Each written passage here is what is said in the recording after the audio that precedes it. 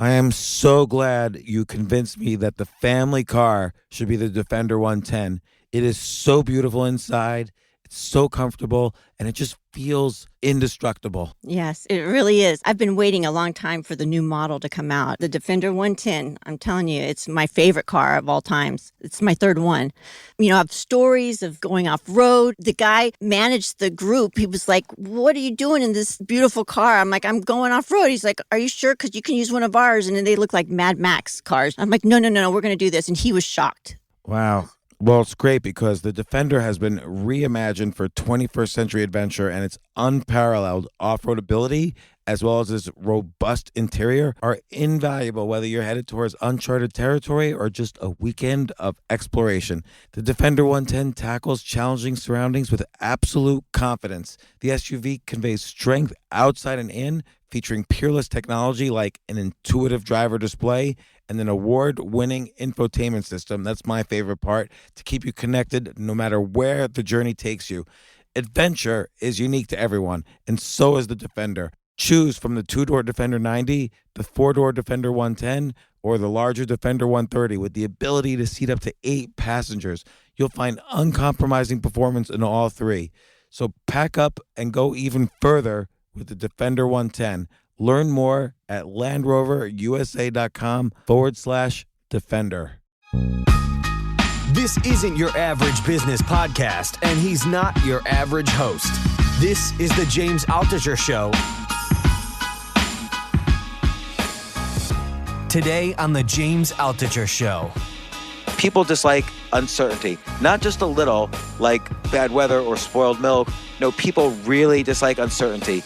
And, and it's interesting because, for instance, take the stock market. Stock market's a great thermometer of uncertainty in the world. It's not It's not bad news or good news that makes the market go up or down. It's kind of the level of certainty or uncertainty. So, for instance, right now, the market's down more than people think the economy will fall, in part because we just don't know how long.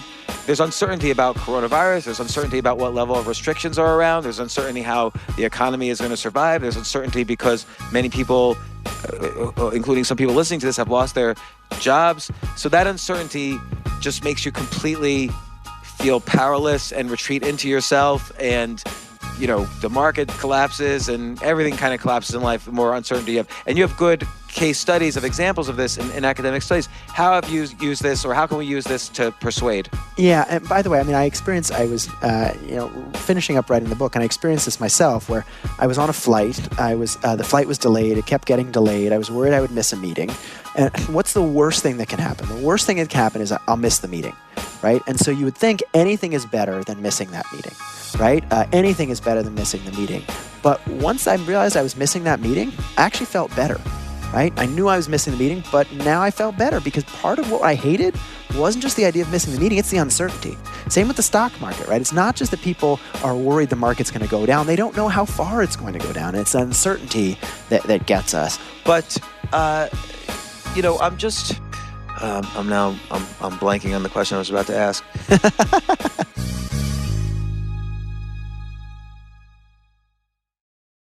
So happy to have with me Jonah Berger once again on the podcast. Jonah just wrote a book called The Catalyst: How to Change Anyone's Mind, which is probably the most important skill you can ever have to learn, other than things like eating and breathing.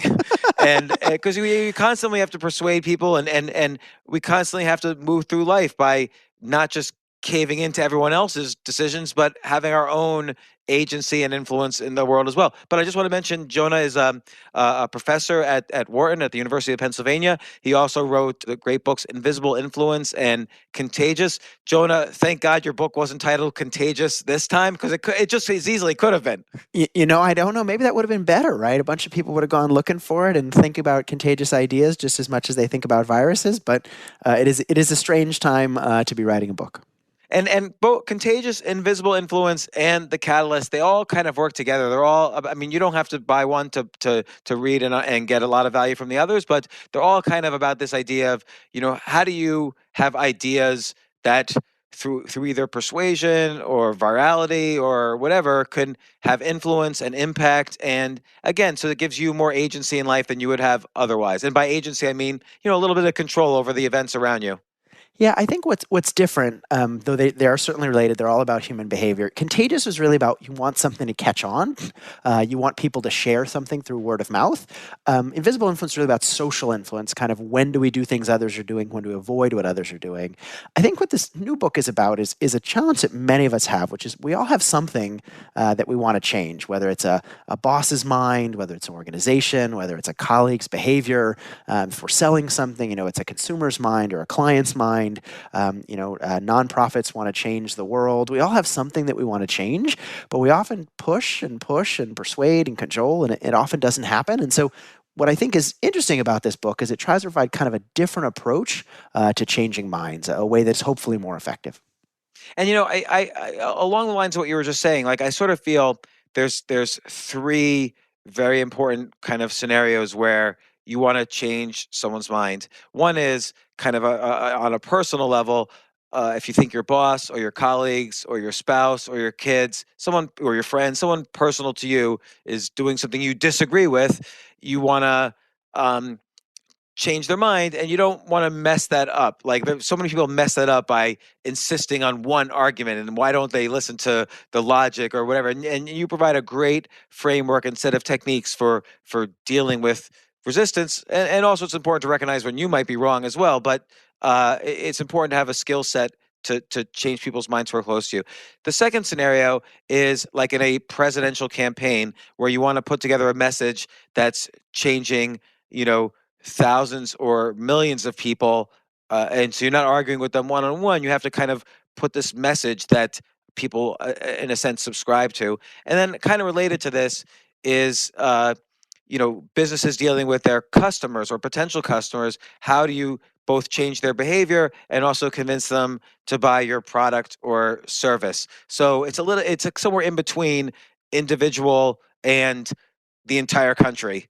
It's because like sometimes you're dealing directly with customers, and sometimes you're dealing with changing behavior, like, oh, you should eat this food instead of that food. Or they always talk about, like, I have to educate. Steve Jobs didn't just convince people to buy the iPhone. He had to kind of educate the market that you could listen to music on your phone and so on. But you have one framework to kind of handle all of these things. And first of all, I want to ask, how's it going? You're surviving the coronavirus, I see. I am, yes. Hopefully you are as well. Did your publisher? So the book's called The Catalyst. Again, the subtitle is How to Change Anyone's Mind. It was published March 10th, kind of like right in the beginning of the total lockdown and closing of all the bookstores in the country. Did your publisher think about delaying the release, or what was the discussions like with the publisher? This publisher has been relatively hands-off.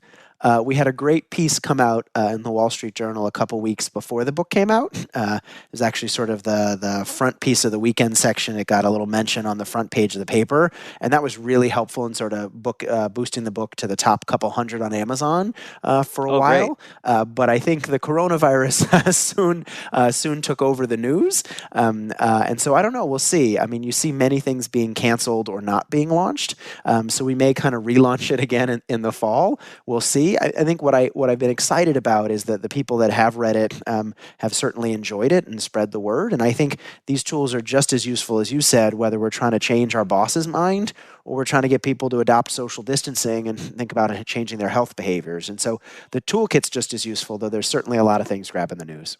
I think that's just it. Here's my recommendation, and take it for what it's worth, which is zero. You can, after this crisis is over, knocking on wood, you can have a whole addendum or the coronavirus addendum. Yes, which is the coronavirus edition. Because there's so many aspects where we have to convince people to stay indoors. You have to convince kids to social distance, and there's strategies to convince kids. You can't just say, kids, you'll get the disease if you go out, because they don't care because they're invulnerable. But so you switch the language a little bit, like, kids, you could kill older people if you go out. That is a little bit more influential and uses your methodology to get there. And then there's, issues about, washing hands so much and so on. There's a lot of behavioral changes that are happening that society has to convince the individual members of. So I think there's room to relaunch this, is what I'm saying. Yeah, I mean, I think what's interesting is the exact issues you mentioned are the same ones we talk about in the book. Anytime we think of changing minds, we think, oh, if I just give them information, if I just tell you, here are the consequences of not social distancing, here's some information about why you should wash your hands. We kind of assume that people will do it. If we just give them information, they'll come around. But information often doesn't work. I think, a good way to think about it is we think pushing works, right? To just give more reasons why someone should do something. And pushing often works in the physical world. If you have a chair that's in the middle of your office or your room and you want to move it, pushing it is a great way to get it to go in a certain direction. But people aren't like chairs in a particular way, which is when we push people, they don't just go in that direction. They often push back.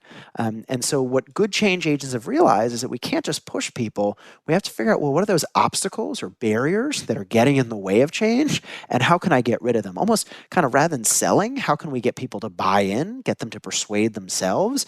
I think a good analogy is almost like a parking brake of a car. So you're parked on a hill, let's say, you get in the car, you want it to start, so you stick your key in the ignition, you turn it, you try to get it to go. If it doesn't go, you think, well, I just need more gas. People aren't social distancing or washing their hands. You think if I just give them more information, they'll come along. Whereas really sometimes stepping on the gas doesn't get the car to go. You need to unlock that parking brake. And so without kind of identifying those often hidden obstacles, it's understanding why people don't change in the first place, it's going to be really hard to get them to come around. Well, and I want to go over your specific framework because there's great examples with each item, and it's I think you call it the reduced framework, but I'll just say it's reactance, endowment, distance, uncertainty, corroborating evidence, and yeah, that's it. And I think there's great examples with each one, but I'm just I'm blanking on the question I was about to ask. Well, my main issue always is it's great when there's like hundreds of academic studies that show all these different ideas, but I like to make sure that in practice this works. Like I see a lot of academic books where there's all these great academic studies, but then when I'll think to myself, oh, I'm better, I've got a better mindset now. But then when it actually comes to using this in practice, it's like the Mike Tyson quote, you have all the plans in the world and then it all goes Somebody to hits hell you in when the face. But yeah, when you're hit in the face. And so, but like when let's say you're arguing with a friend, or obviously this happens with a spouse, you say something and you want them to believe you. You don't want to switch strategies. And why is often the initial inclination for people to push back as opposed to listening to logic? Yeah, so let's start with, as you said, kind of the first barrier in the framework, which is exactly what we're talking about, this pushing back. And essentially, people like to feel like they have freedom and autonomy over their lives, right? Why did I make a certain choice? Why did I buy a certain product? Why did I go to a certain restaurant? I do it because I like it. I'm in control of my life. I make my decisions. The challenge is when someone else tries to get us to do something and we think about doing that thing, now we're not sure whether I went to that restaurant because I like the food or whether someone else likes the food. I'm not sure whether I bought that product because I like it or someone else told me to. And so as a result, we get unhappy. We sort of have this pushback, this reactance where we're less likely to do it because we don't want to feel like someone else is controlling our choice. In some sense, people often have what's basically an anti-persuasion radar system, almost like an anti-missile defense system that goes off when they feel like they're trying to be persuaded. Think about sort of like a spidey sense for persuasion, where when you feel like someone's trying to push you, you either ignore what they're saying, you avoid doing what they're suggesting you to do, or even worse, you counter-argue. Right? So think about this in our personal lives, right? When your spouse says, what do you want to do this weekend? And you say, oh, let's go to the movies. They often say, well, let me list the 7 reasons why that's a bad idea, right? So like, oh, we went to the movies last week. Oh, it's nice outside. That freedom and autonomy, that desire to feel like they're in control means they don't just want to go along with what you suggested. And so the more we push people, they push back. And so to go back to the Mike Tyson quote, that's great. That's true. How do we solve that? And so in the book, I talk about a lot of ways to give people that sense of freedom and autonomy, to not try to persuade them, but in some sense let them persuade themselves. So one example of this that I talk about in the book is what I call guided choices. And I think this is a great one. So, imagine you're talking to someone you're making a presentation in a meeting and you're saying, hey, this is what I think everybody should do. It's this particular thing. Well, you're suggesting what you think is a good idea. The listeners are sitting there thinking about all the reasons wrong with what you're suggesting. And so how do you avoid that? And one way to avoid that is by giving people choice. Rather than presenting one option, present multiple options. Not 17, but 2 or 3 potentially even. And notice what that does. It subtly shifts the role of the observer. Because now rather than sitting there thinking about all the reasons why they don't like what you suggested, instead they're sitting there going, well, which of these options do I like best? And because they're thinking that way, they're much more likely to choose one at the end of the day. If your spouse says, what do you want to do this weekend? And you say, we could go to the movies or we could go out for Japanese food. Now they're not going to counter argue. They're saying which one they like, which makes them more likely to choose one of the ones you suggested in the first place. Although the flip side is they might want you to choose. May want you to choose? Yeah. Oh, but you're might- sorry. But then what you're doing, by the way, is you're giving them the choice set, right? You're picking a set of options in some sense you're equally happy with. So people talk about this negotiation as well, right? If you have a new hire, the new hire always wants to negotiate. I feel like I should ask for more money, more this. And so what smart negotiators do is say, hey, great, I'll give you more money, but that means fewer days off. Or I'll give you more equity, but that means less money. You give them the trade-offs, and you in some sense give them 2 or 3 options you're equivalently happy with. So whichever one they choose, you're happy. What's with the example of the presentation? Can you give me some specific way of giving choices? Well, you could say, hey, here are 2 courses of action. I think we should pursue one of these 2 courses of action. I either think we should adopt this particular course or this other type of course. Hey, you're presenting a solution. You're an advertising firm. Here are 3 directions I think you guys should choose between. Here are 3 options I think are good for courses of action. Which do you guys think are best? And again, it gives them some choice. Now they're feeling like, wait, I'm participating. I'm not being told what to do, but I'm getting a chance to decide. But notice you're not giving them infinite choices. This even works with kids, right? Parenting books talk a lot about something similar. If you tell your kids, eat your broccoli, you tell your kids, put on their pants, and say, no, I don't want to. Say, okay, which do you want to put on first? Your shirt or your pants? Which do you want to eat first? Your broccoli or your chicken? And so it's giving people choice, but it's not complete choice. It's not 50 options, which feels overwhelming and they don't want to do anything. It's a small set of options that allows them to participate, but allows you to shape the journey. And I'll add to this, and you kind of allude to this as well, and suggest this is that it's not like you're it's not like you're 100% giving people free choice, because there's ways to present things so that you're guiding. They'll think, and they do in fact have choice, but they'll think that they have more choice than they actually have. So for instance, real estate agents often use this trick. They'll show people 2 or 3 houses. One house is beautiful, the other 2 suck, and they know it because they're going to leave, and they're going to say, oh, it's your choice, and then you're going to obviously choose the one they want you to pick. And I'll tell you my own personal example where I've been successfully doing this. I do a lot of speaking, and I also do a lot of performing. I do stand-up comedy.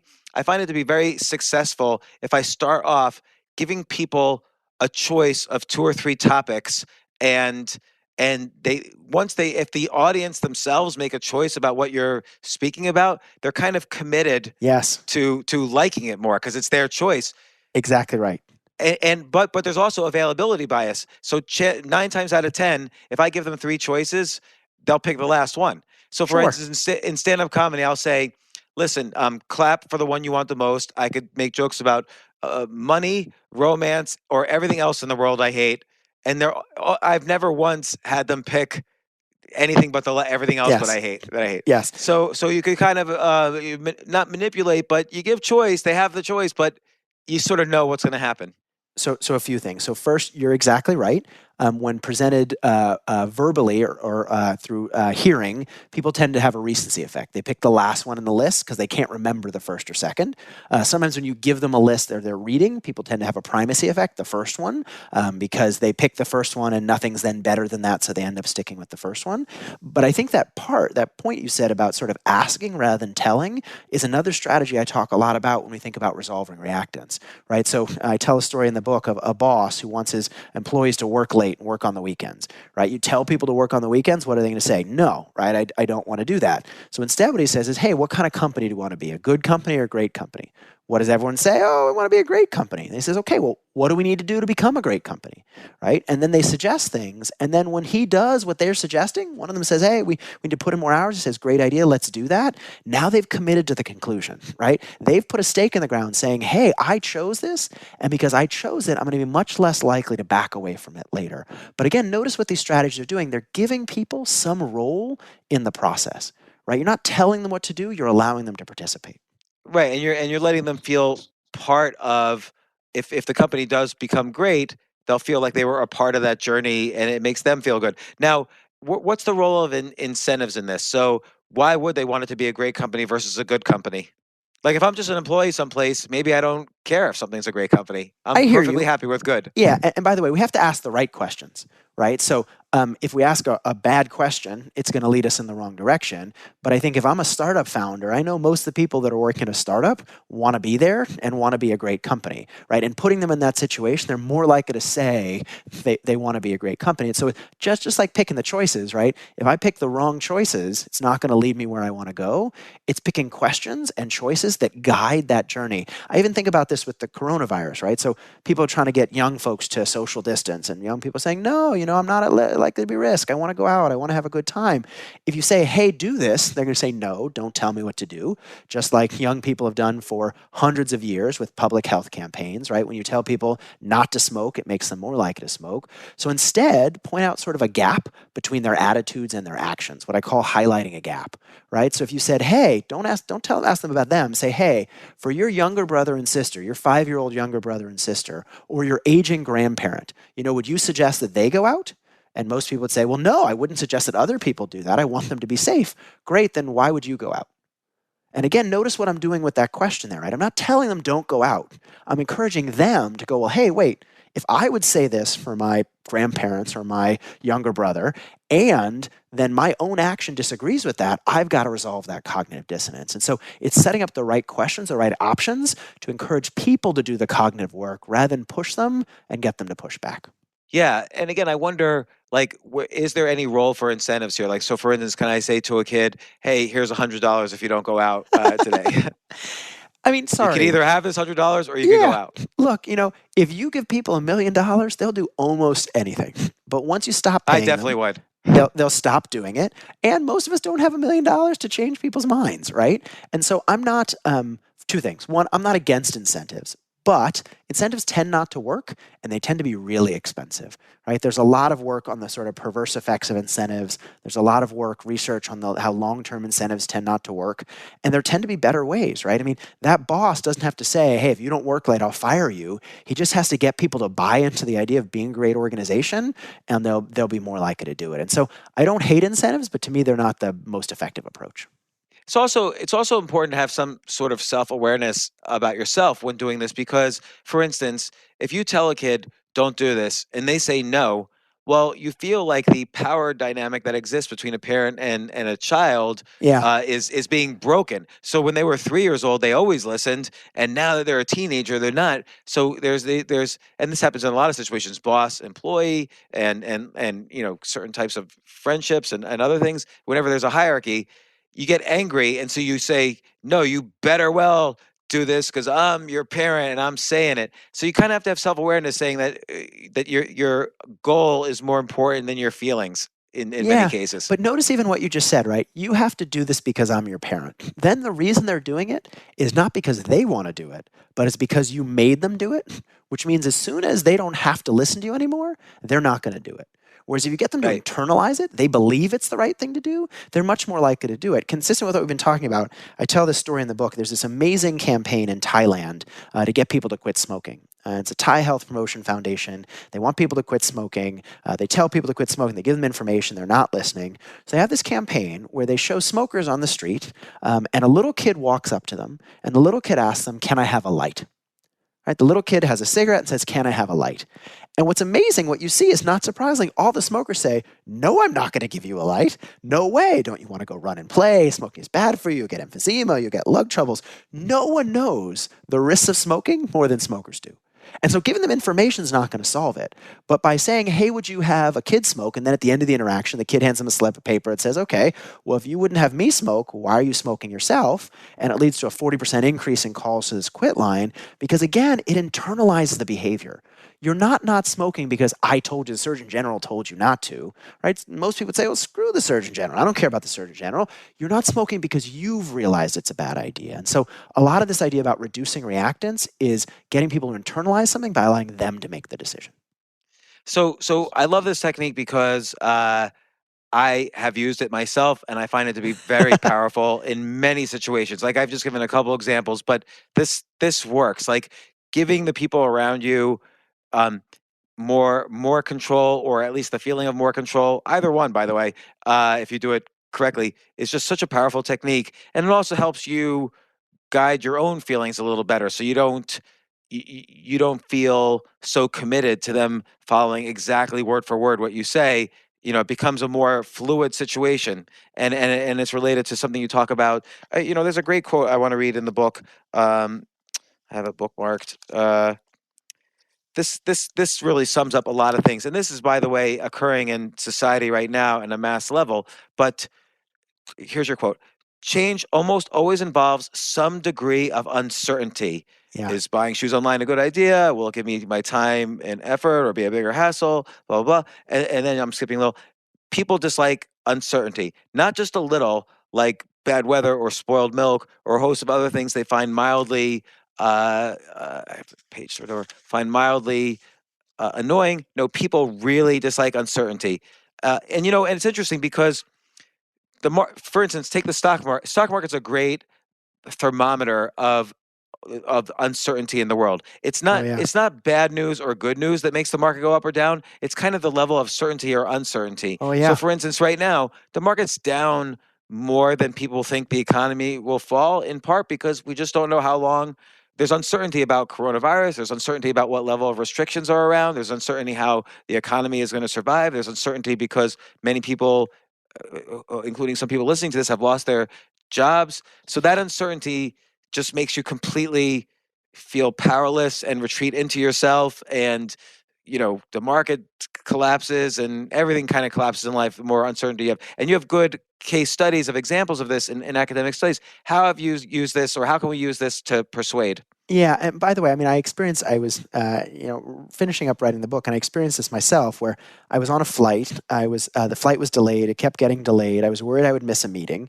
And what's the worst thing that can happen? The worst thing that can happen is I'll miss the meeting, right? And so you would think anything is better than missing that meeting, right? Anything is better than missing the meeting. But once I realized I was missing that meeting, I actually felt better.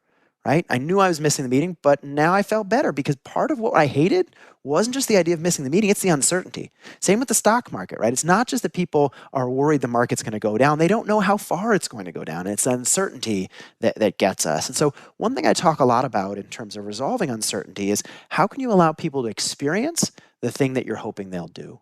Right? So if you're selling a product or a service, part of it is, you say it's going to be better, but of course you would say it's going to be better. You're selling it, right? How can you let them convince themselves that it's actually going to be better? So take a company like Dropbox, for example. Dropbox built a $1 billion business on giving away things for free, right? So big online business where you store files. When they launched, they were having a lot of problems. People weren't used to storing their files in the cloud. They didn't know what the cloud was. They didn't want to pay money not to have them on their desktop. So they thought about buying ads. They thought about lowering the price, but it wouldn't solve the fundamental problem. People didn't know if they would like the service. So instead, they gave it away for free. They gave people 2 gigabytes of storage for free. And you might say, well, how can anyone build a $1 billion business off giving away things for free, right? Every kid with a lemonade stand knows you have to charge people. But what they did is they didn't just give it away for free. They used a business model that many of us are familiar with called freemium, right? Where you take a free version of a product or a low price version of a product, you give it away initially, and then you encourage people to upgrade to the premium one. Because it's not just consumers that like free stuff, right? Businesses love it as well because, hey, by seeing that I use Dropbox and like Dropbox, now if I like it, I'm much more willing to pay that money to upgrade to the paid version. And so lots of companies use freemium. Everybody from LinkedIn and Dropbox to the New York Times. Think about when you listen to Pandora, there's a free version, but but you can pay to have the ads removed.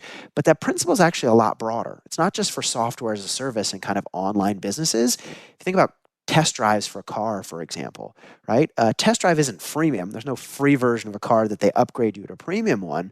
But what it does is it lowers your uncertainty. Imagine you walked into a car dealership and you said, hey, I'd like to test drive this Acura. And they said, okay, give me $30,000 and I'll give you an Acura. We'd say, well, I don't know if it's any good. I'm not going to pay you before I know if it's any good. And so what lowering the barrier to trial does, whether it's freemium, whether it's a test drive, whether it's renting rather than buying, whether it's free shipping for buying things on the internet, all it does is it lowers that risk. It lowers the amount of money, it lowers the amount of time or energy, the upfront cost before people can experience the benefit. It lowers that uncertainty, makes them more willing to try something, and more likely to try means more likely to buy. Right. It reduces this friction about making a decision, and the friction could be huge or small, but it reduces it to almost nothing. Now, what's another way other than freemium that you would suggest for reducing uncertainty? Well, so I mean, test drives aren't freemium, right? Free shipping isn't freemium. Free sample in the grocery store of smoked sausage isn't freemium. But all those things are sort of all those are examples of reducing upfront friction. costs. Yeah, upfront costs. But you can think about the same thing with the back end, right? So think about making it reversible. Right? So think about what free returns does. Think about money back guarantee does. It doesn't make the front end any cheaper, but it says, hey, if I don't like it, or even think about lawyers that say we only get paid if you win, right? It's basically saying, look, I'm going to remove uncertainty by making you feel like if it doesn't work, I can give it back. But there are even some great examples I share in the book about this idea of kind of driving discovery. So let's go back to Acura, for example, right? Well, who test drives an Acura? Only people who know Acura exists as a brand and think they like an Acura. No one goes to the Acura dealership if they've never heard about Acura or they don't think they'd like the brand. And so, well, how can Acura appeal to the larger set of people that might like the brand but not know about it? And so a few years ago, they were dealing with exactly this. People loved Acura who had tried Acura. There just weren't enough people like that. So what they did is they paired with W Hotels, and they did something quite clever. They said, hey, staying at a W Hotel, you can get a ride anywhere in town in an Acura. You don't need to know Acura exists. You don't need to like Acura. All you need is a free ride, want to go somewhere in town and not want to have to pay for it, and we'll give you a free ride. Did everyone take a free ride? No, but tens of thousands of people did, and thousands of them ended up buying an Acura as a result. Because what it did is it brought the discovery, brought the trial to people, right? Rather than having to go to an Acura dealership to find out if you'd like it, it brought that trial to people.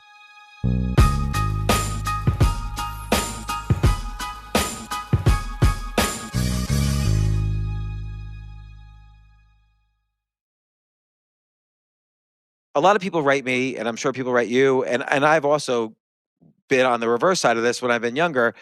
I would write to someone and say, or someone will write to me and say, hey, James, if you need help with anything, let me know. I'd be happy to help you. So they're offering like this freemium of their services so that potentially they could get mentored. The problem is that the way they just put it, they just gave me a homework assignment. Like I now have to figure out something they can do to help me. And I realized that early on when I was in their shoes doing the same thing. And I realized it's good to offer something for free, to do freemium, but it's even better to be as specific as possible as what you're offering. So it's not like the car dealership says, hey, we have a bunch of cars. Why don't you come here and hang out and see what you want to do? They say specifically, do you want to test drive an Acura? And to your point, then it filters out the people who know that it filters in the people who knows what an Acura is and the value of test driving an Acura and so on. And so for me, instead of, I dropped the emails, I stopped sending emails like, hey, I'd be happy to take you out for a cup of coffee, which nobody really needs. I would study their business enough and say, look, I can do this, this, and this for you. So very specific. And that tended to work better.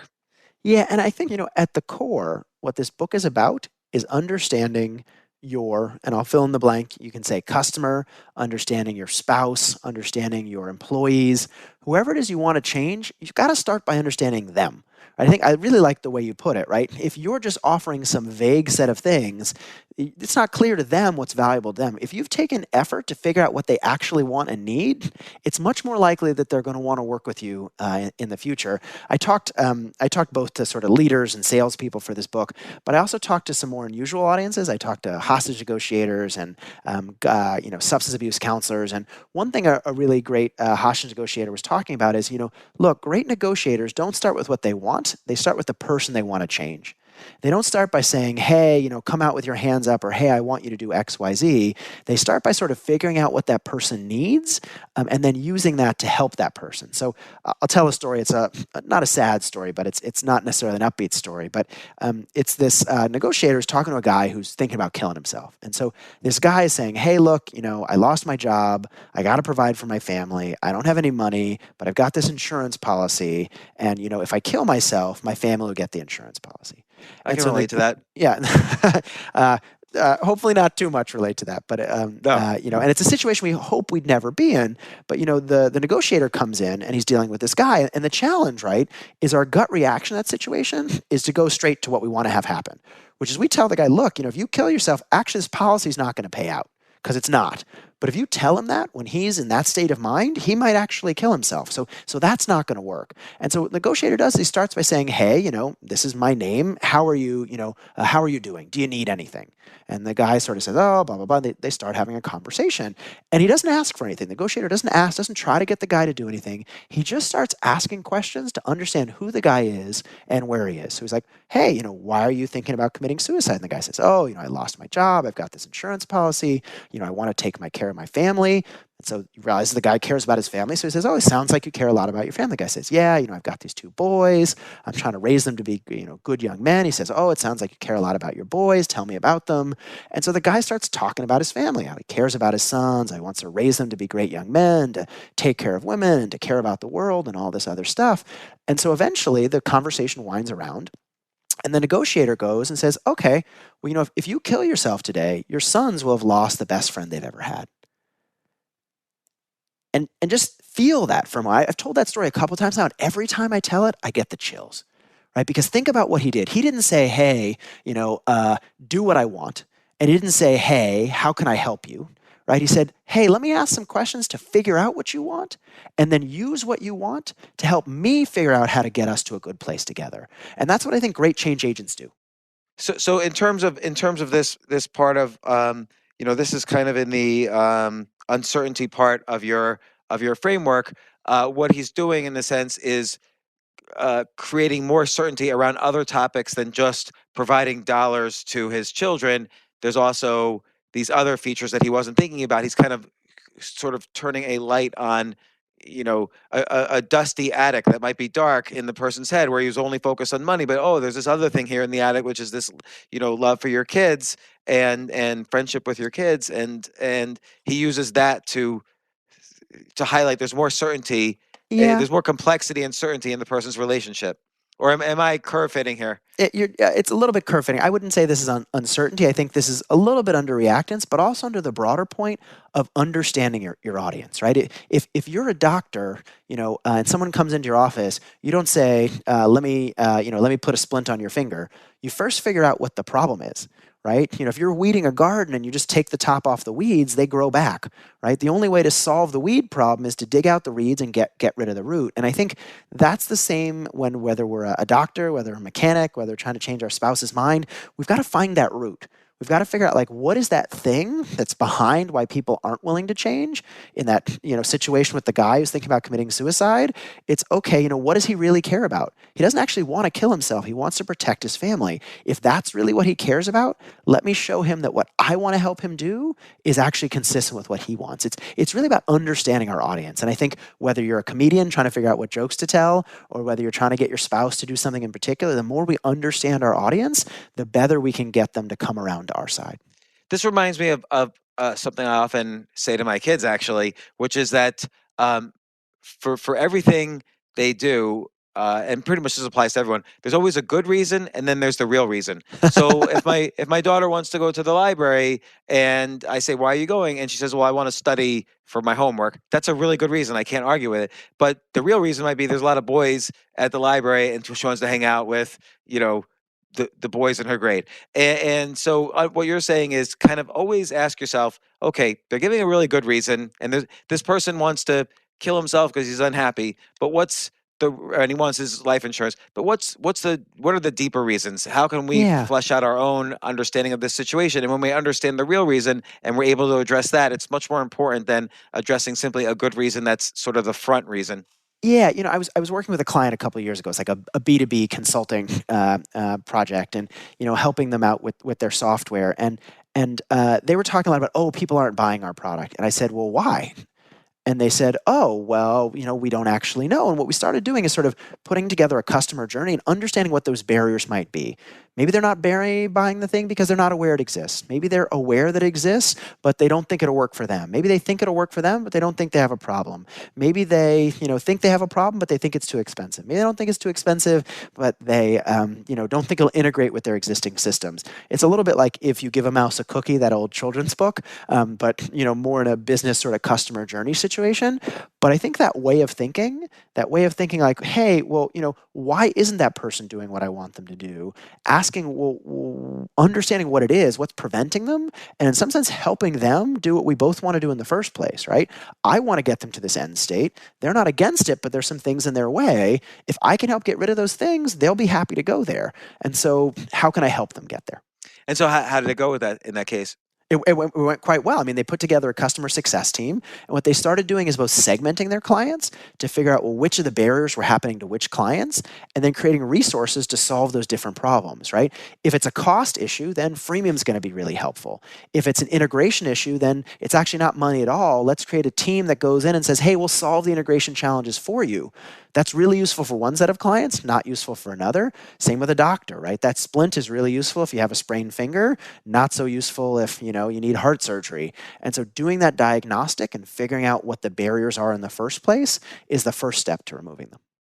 It's very interesting because there's a lot of theories about what's a good business idea. And often people think that, they might understand what a customer's needs are and make a product for it. And the customer might even agree, yeah, if you make this product, I'll buy it.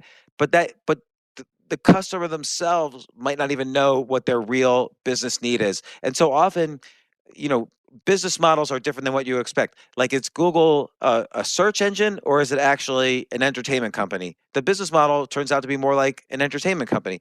Is McDonald's a fast food chain, or is it a real estate company? Because it turns out they have properties in all the best locations in the world. So understanding these things helps you come up with better business models as well.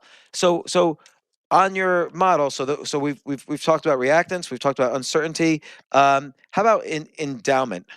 Because this is an important issue too. Like, and I'll just tell one example. Like, I didn't want my oldest daughter to go to college, but in your reactance part that we've already talked about, if I were to just say, you're not going to college is bad for XYZ reasons, I literally would just turn around and walk away. and go directly to college. Yeah, and she did go directly to college. I had to kind of like go to a different time frame, but eventually my goal was, okay, if she just sees my example and my actions and the actions of the people I associate with, she'll see, and without me telling her, and then eventually after her second year, she dropped out. So I was very happy. But but I think it's related to this endowment thing. People are attached to the status quo. All her friends were going to college. All the guidance counselors said go to college. Everybody was saying you'd be crazy if you didn't go to college. To me, endowment is uncertainty is about new things, right? People tend to be neophobic. We're scared of new products and services, new ideas, new ways of doing things. Endowment's about what we're doing already. It's our attachment to the past. It's kind of the fact that we don't move from things we're doing already. So, research shows that the longer you've lived in your home, the more you value it above market price, right? You've lived there, you become attached to it. There's research on the endowment effect that says, hey, we like products and services and ideas that we already have. We value them more than ones we don't. So if we have tickets to something, we value those tickets more than if we're buying tickets to that thing. In the case of, there's a famous study with a mug where they give some people a mug and they say, how much would you take to have someone buy it from you? What's the lowest you'd be willing to accept? And they ask other people, hey, you're buying a mug, this mug, how much would you be willing to pay for it?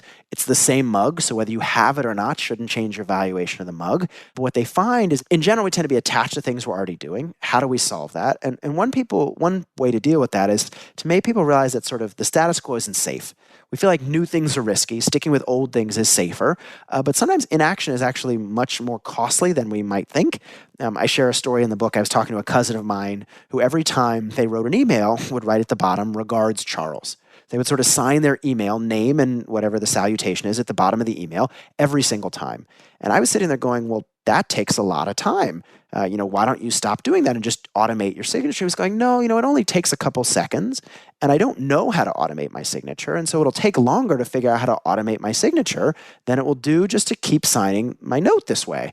And indeed, this actually relies on some old research about injuries. When you ask people, hey, what's a bigger deal, a minor injury or a major injury? You break your kneecap or you break your finger versus you sprain your finger, you sprain your kneecap.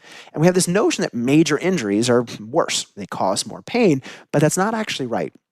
Because if an injury is really bad, we go ahead and we fix it, right? We go to the doctor's office, we get medication, we get physical therapy, and so the injury gets solved. If the injury is not that bad, we never do the work to fix it. It's never above the threshold. We never do the work, and so it ends up causing us a lot more pain overall. And so to get people to change, we have to realize, hey, doing nothing actually isn't costless. We've got to raise that threshold. And so I did the same thing with my cousin. I said, okay, well, how long does it take you to write an email? And he said, only 3 seconds to write the thing at the bottom of the email, and not enough time to invest in email signatures. I said, okay, how many emails do you write every day?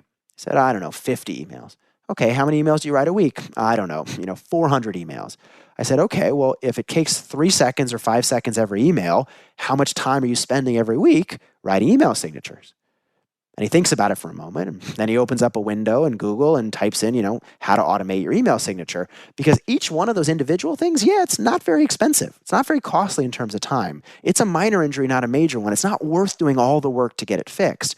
But added up over time, you sure that minor injury doesn't feel like a lot? Each time isn't that painful, but integrated across time, it actually causes you a lot of pain. And so to get people to overcome that endowment effect, we have to make them realize, hey, it's not cheap doing nothing. Yes, it might seem like inaction is costless, but it's not.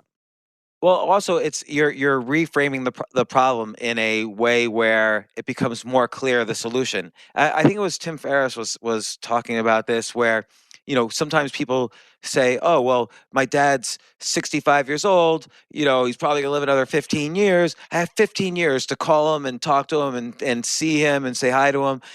But then if you put it in a different context, like, oh, I usually just see my parents on Thanksgiving, that might be only 15 more times left I'm going to see my parents. And that reframes it in a different way. Instead of 15 years, now it might be only a few hours left of time that you'll have a direct conversation with your dad. And that reframes the problem completely to avoid, to kind of take you out of the status quo and put you in a new world. Yeah, and I think you're exactly right. And the question is, what's the right way to reframe it? And in this case, the way is to show people that inaction isn't costless, right? Yes, individual times might feel costless, but aggregated across all of them, it's actually much more costly than they might think.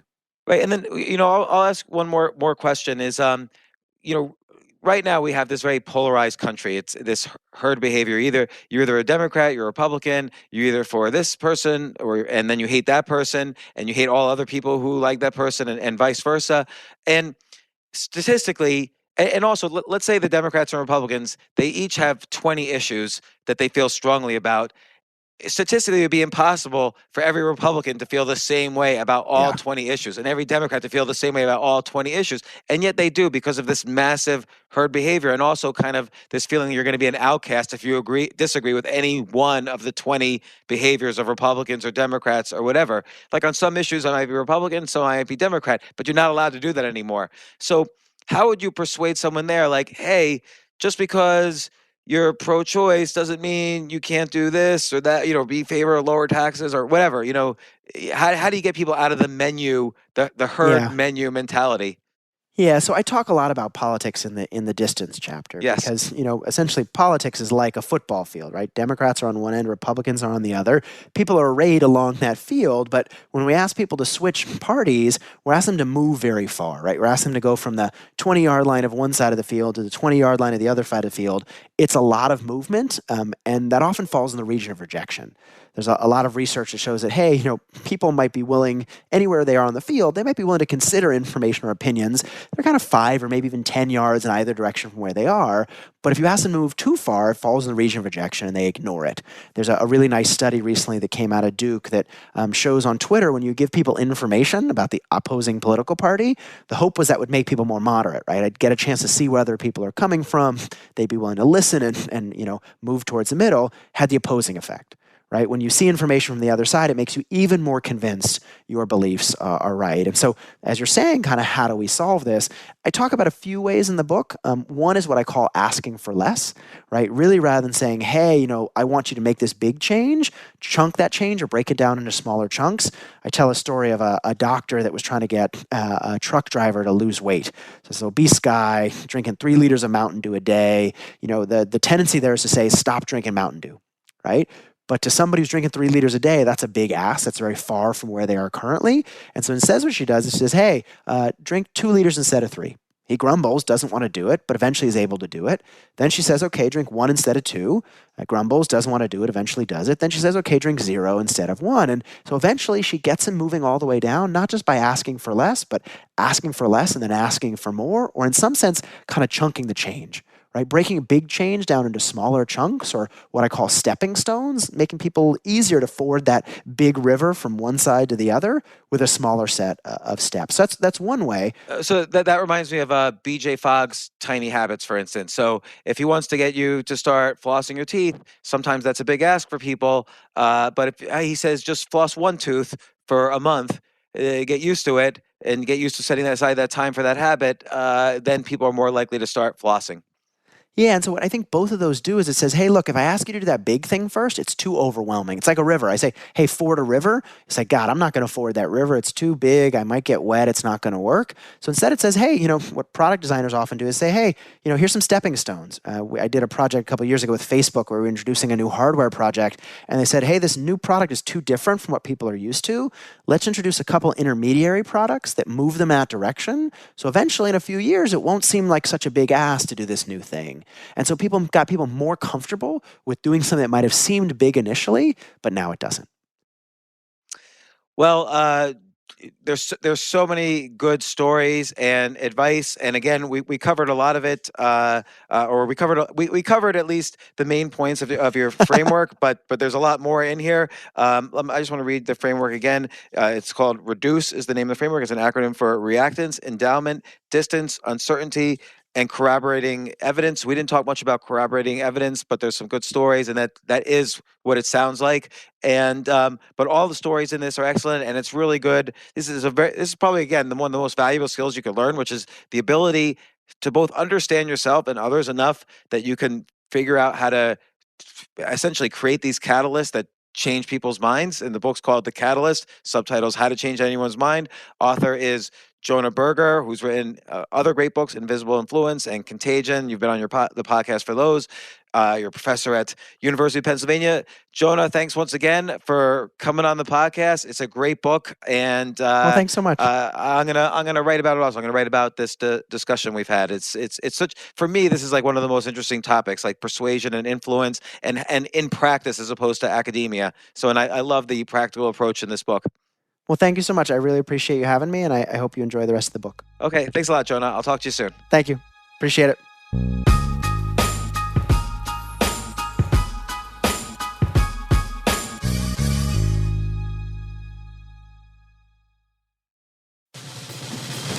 These days, we're all investors, trying to be smart with our money despite our worst impulses. But at iShares, we believe that deep down inside of every investor is a better investor.